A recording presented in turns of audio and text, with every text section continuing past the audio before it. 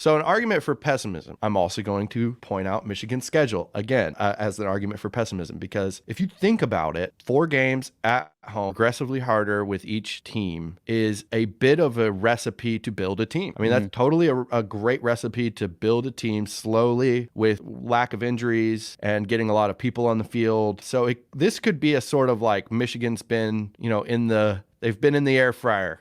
They've been preparing. They're playing a lot of people. They're getting a lot of depth, and they're getting a progressively tougher opponent each and each week. And this being their first test of the year and the first change of scenery for them, as far as they've played it at home for 4 straight games, and now they're chomping at the bit to maybe play somewhere else. So the change of scenery, them chomping at the bit, Jim Harbaugh coming back for his second game on the sidelines, and all that stuff lends itself to be like, okay, this is an opportunity for Michigan to show the country how good they are. It's an opportunity for them to, because everyone's starting to talk about, this has been the first week that everyone's starting to talk about, ooh, maybe Penn State's the best team in the Big Ten. Ooh, maybe it's Ohio State. They just got a signature win over Notre Dame. And in order for Michigan to sort of quell the doubt, if there is any a doubt, or to keep the conversation on them, they need to make a statement this week. And so there's going to be plenty of motivation for Michigan coming into Lincoln. And the fact that it's at 2:30 now, I remember talking about how Bill Bush said 11 a.m. was going to be an advantage for Nebraska just because you could catch a good team off guard going at 11 a.m. Well, 2:30 now, that's not a factor anymore. 2:30 now, that's not a factor anymore. It being away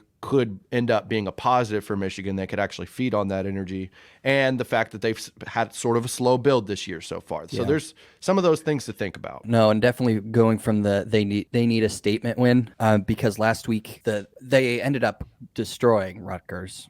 Destroying, like, in the grand scheme of what's happened the past weekend with football, that wasn't that impressive. But and the still, Rutgers game did. It was closer, and it was closer. That's what I'm saying. It was closer than the final score. Right. So it didn't lend towards a lot of real positive vibes, even though they ended up inserting their will. They have a real big chance to silence those. With all of the talk around Nebraska has been around the quarterback position and the offense and how they get that going, because the defense is legit. Everyone says the defense is legit. It's really good defense. Great way to start the Rule era with a really good defense. They're going to be in every single game. The best way for them to silence that on the Michigan side, on all of those people, like, are they just going to be another 2-loss Michigan year?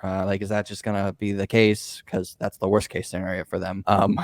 So the best way to do that is to come out and absolutely dominate a defense that is legit. So I do think they're going to come ready to play. And it's not going to be one of those things where Nebraska just shocks the world and, we hang 42-6 on them. Like, that's not going to happen. Any other pessimism things you can think of? Yes, we need a pass game for that. For us Absolutely. to be able to be in the game. It can't be the past couple weeks where we've just dominated on the ground. I don't think that we have the depth at the line position on offense to be able to dictate that again against Michigan. Because the past 2 games, we've just stuck with it. And eventually our talent won out and they wore down, and we were able to get those bulk plays and get those yards. That's not going to happen versus Michigan. Yeah. So it's can't run to the right all game either. You can't. You're going to have to get a deep threat. You're going to have to get an intermediate pass game going. You don't have to break any records. You don't have to throw for 400 yards, but you have to throw for over 200 to be in this game with no turnovers. I agree with that. We do need to get our pass game going. I mean, namely Fedoni, because Fedoni to me is the X factor of this game, at least in the passing category of it. If he can find Fedoni, man, that's a problem for every team. The measurables that dude has will stack up against anybody in the country, and that's why we're so optimistic about him. And if we can find him, he can be a real game breaker for us, or even like a third down situational sort of just getting a lot of first downs for us. So yeah, need to get the pass game together. If we don't, that's no bueno for this game.